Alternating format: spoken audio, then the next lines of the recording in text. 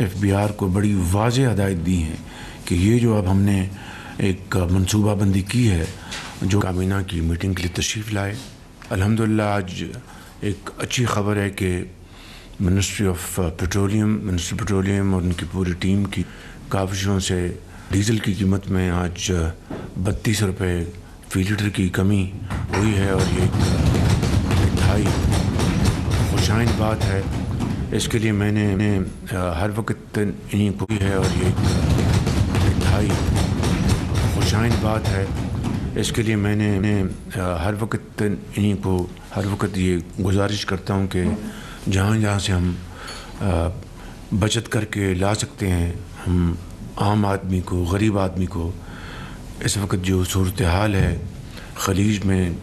اور پھر state of homes میں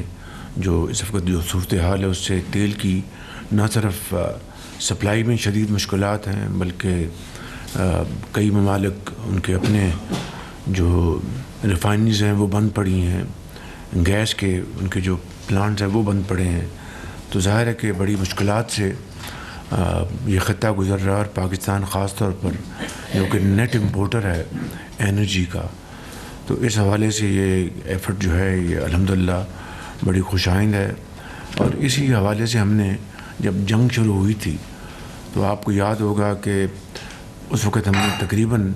وفاقی حکومت نے 128 ارب روپے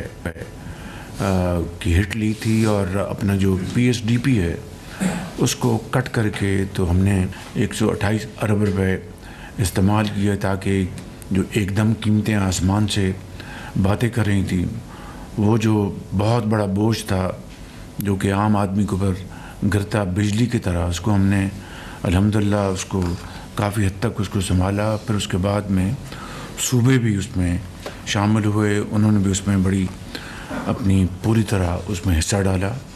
تو بہرحال امید کی جانی چاہیے کہ صورتحال آئندہ دنوں ہفتوں میں بہتر ہو جائے گی. اس کے لیے جو ہماری پاکستان کی جو کاوشیں ہیں وہ بدستور جاری ہیں اور ہم سب اللہ تعالیٰ سے دست بدعا ہیں کہ یہ کشیدگی اس میں فی الفور کمی آئے اور صورتحال بہتر ہو تاکہ ہماری معیشت کے لیے جو ہم نے اقدامات کیے ہیں پچھلے 2.5 سال میں اس میں الحمدللہ آہستہ آہستہ بہتری آ رہی ہے. تو اس کے لیے میں سمجھتا ہوں کہ اور بھی بہت ضروری ہے کہ صورتحال جو ہے وہ نارمل ہو. کل جو ریٹیلرز کے حوالے سے جو ہمارے تاجر بھائی ہیں ان کے لیے جو ایک ایپ کا جو افتتاح کیا گیا، لانچ کیا گیا، وہ امید کی جانی چاہیے اس سے کہ ہمارے تاجر برادری ہے پورے ملک میں، ان کی مشاورت سے سارا کچھ یہ کیا گیا. اور میں نے ایف بی آر کو بڑی واضح ہدایت دی ہیں کہ یہ جو اب ہم نے ایک منصوبہ بندی کی ہے جو کہ تاجر حضرات اس کے اوپر پوری طرح متفق ہیں. اب اس میں اگر کسی نے ان کو تنگ کرنے کی بیجا کوشش کی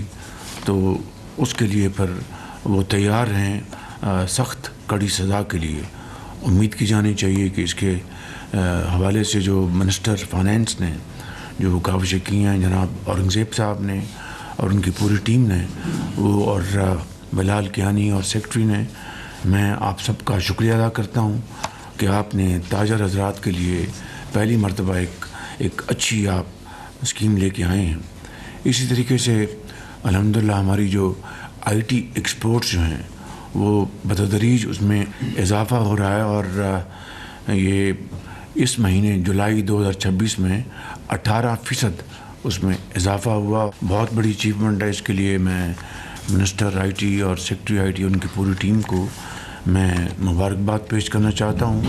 اور اسی حوالے سے گوگل کا ایک وفد آج کل پاکستان آیا ہوا ہے. میرے ساتھ ان کی 2 دن پہلے ملاقات ہوئی تھی اور ان کا جو پاکستان میں جو ان کا جو دفتر ہے اس کا افتتاح پرسوں ہم نے یہاں پر کیا. ہر طریقے سے کوشش کر رہے ہیں کہ ہر شعبے میں جو ڈیجیٹل جو انیشیٹو جو ہیں ان کو ہم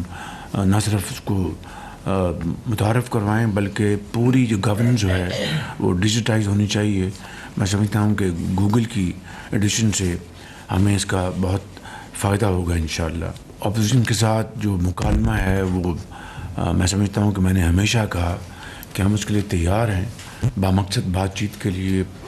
فلور آف دی ہاؤس پہ بھی میں نے کہا، کابینہ میں بھی کہا، آج پھر میں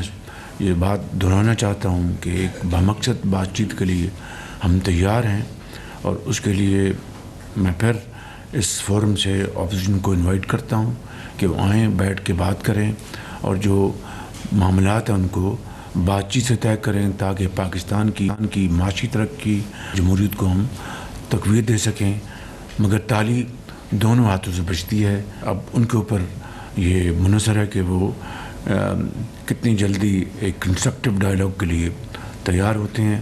ان الفاظ کے ساتھ میں آپ کا سب کا ایک مرتبہ پھر شکریہ ادا کرتا ہوں۔